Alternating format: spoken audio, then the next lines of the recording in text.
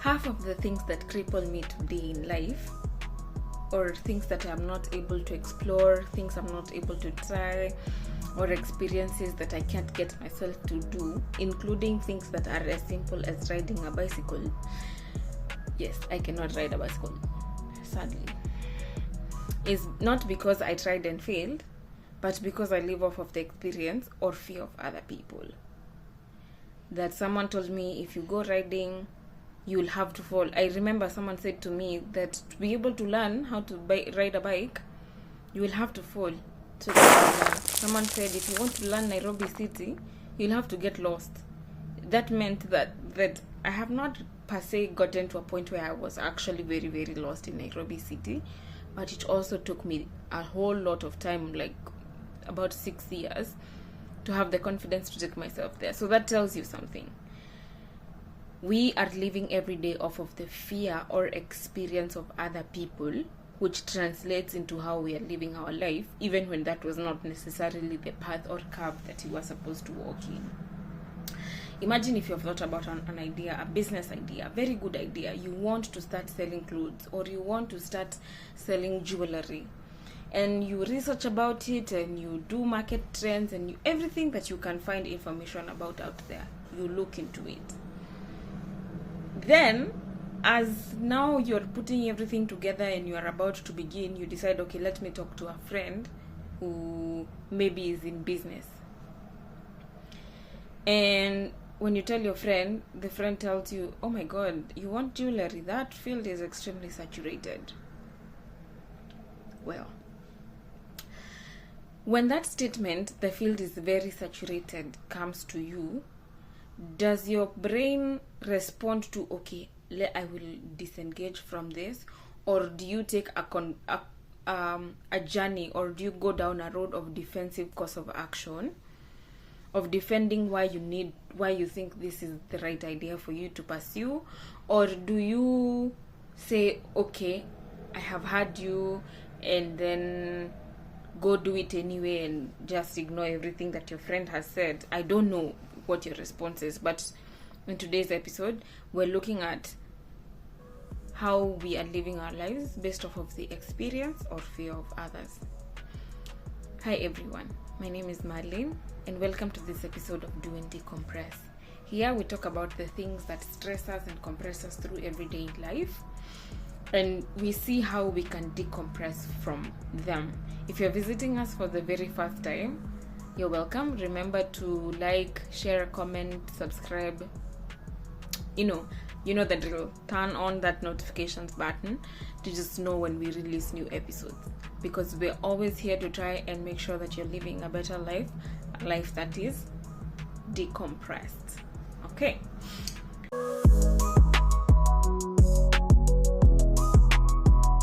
Let's dive in. As usual, before anything, story time.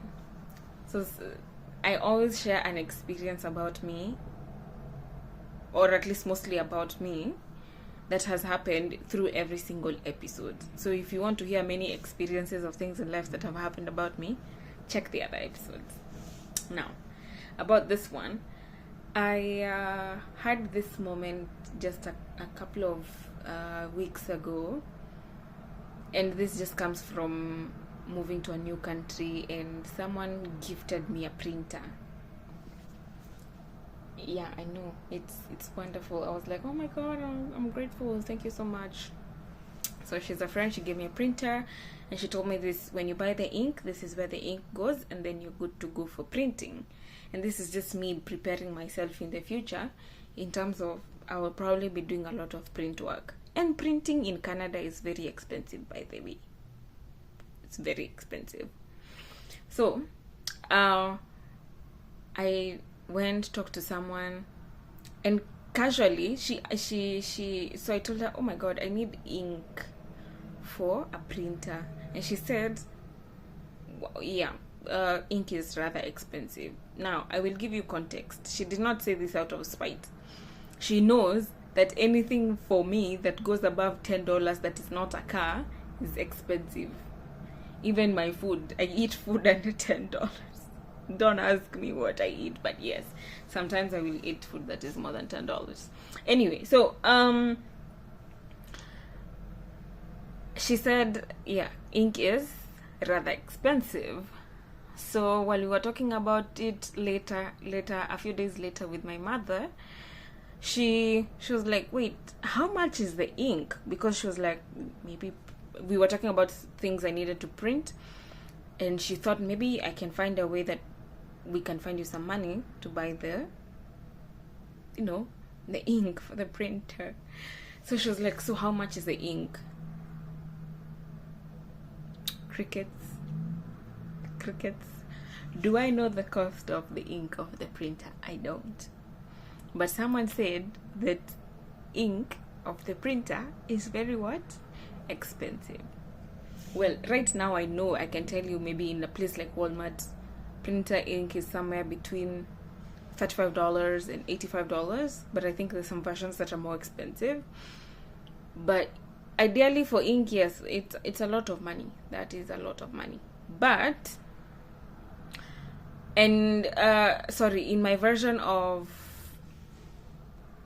expensive and cheap, it's a lot of money, including the $35 version of ink. So in as much as in that context that statement was true to my case, when my mother asked me how much the ink was, I did not have an answer. But I told her straightforward that ink is expensive. When she told me how much is it, I did not have an answer. That tells you something. That is what actually inspired this episode. A lot of people today begin their marriage with the fear of ending it. A lot of people today start businesses with the fear of their termination. A lot of people today purchase houses with anticipation of mortgage crisis or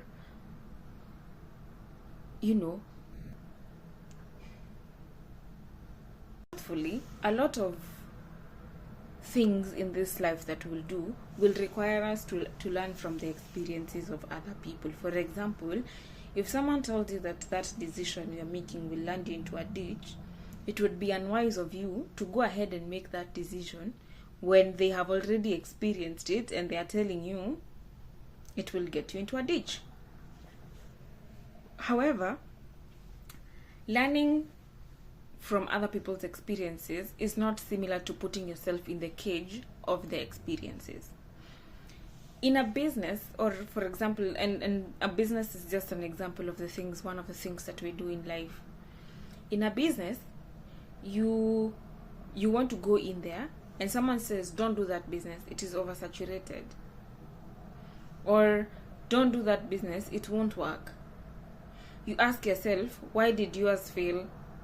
Or what strengths did this person have that they invested in their business? Maybe their business failed because they had a poor marketing strategy, and marketing is your strong point. Maybe this other one finds it saturated because they are following the exact same systems which other people are following. Obviously, that's going to leave a question of saturation. But maybe what that market actually needs is someone who can do something in the exact same business but do it more efficiently. So living off of the experience of others or feeding off of the fear of other people is a reality that happens one too many oftentimes in our lives. So a lot of people or a lot of us end us in frustration because we end up exploring or making decisions of things in life that do not necessarily reflect our passions or our interests. How many times did you feel you chose a wrong career? But if you reflect back, it looks like it's because someone said the one that you actually wanted wasn't good enough, or it was too much, or it was too complicated, or it was with too many people. How many times have you failed to be responsible or to learn a situation from a relationship because you feel like everyone is gunning out to hurt you, or you have been told that relationships don't work. Nobody is keeping a balance to this system. Everyone has malicious intentions. So even you who was not in the interest of having malicious intentions, everything just goes south. And I'm not trying to say that don't learn from other people's experiences. I just said that there is a difference between learning from their experiences and being caged by other people's experiences. So conversely, what majority of the people think is a solution to this is saying, don't tell other people about what you're doing. Don't share your idea. Don't explore other people's territories. Like, don't ask them, don't tell them about it. It's not, and I get it. There are people out here who, for some reason, have no other intention except to spite you and to hurt you, and there exists some bad apples in this life. I'm just saying, if you think that the counterintuitive solution to not being caged by other people's experiences is by being quiet, then you're missing a point in this as well. People who often succeed through a situation borrow other people's ideas. They borrow other people's experiences, and they borrow other people's concepts. What they do with them, however, is learn how to ask themselves the right questions. If you check the episode that we've done on living life asking the right questions, it might guide you towards the thought process behind that. You have to, they ask themselves the right questions, and then once they have asked you when you ask yourself the right questions, it's easier to make better decisions that may not necessarily agree or follow what they gave as advice. So the experience and the living every day of our lives with visible chains of other people's experiences is a decompression point in life, which we can solve by asking ourselves the right questions. When someone says it, pause, take a minute, reflect, think about it, and see how it is going to influence your decision positively. So if you are thinking about going into jewelry and you explore all information and you hear even from the people who are doing very well in that business, and they tell you, I'm not sure if I can advise you to go into this, but look into area B, area A, area C. Then you consider it, you explore these areas, you look into it, and until you're able to come up with a concrete decision. Otherwise, of your life, in the fear of things that will not even happen, you will miss out on the things that you value, or the things that actually are fulfilling, or things that are part of your purposeful journey of life, because you're caged in someone else's fear or in someone else's experience. So, long story short, and our takeaway for this episode is, don't live off of other people's experience. Learn from it, but don't be caged by it. Take life within your own steps, within your own course, within your own steps, and do everything with wisdom. Alright? So that you're not putting yourself into sleepless nights trying to pursue a road that wasn't meant for you at all, simply because someone else said that is the best one. Alright? Nature has a way of rewarding us, and the systems have a way of balancing themselves out based of what are our strengths and what are our weaknesses, and what are our hobbies and what are our strengths, and what are everything that you can think of that can help you to apply decisions with wisdom. So this is your takeaway. Learn from other people, learn from the experiences. Do not tap into their fears.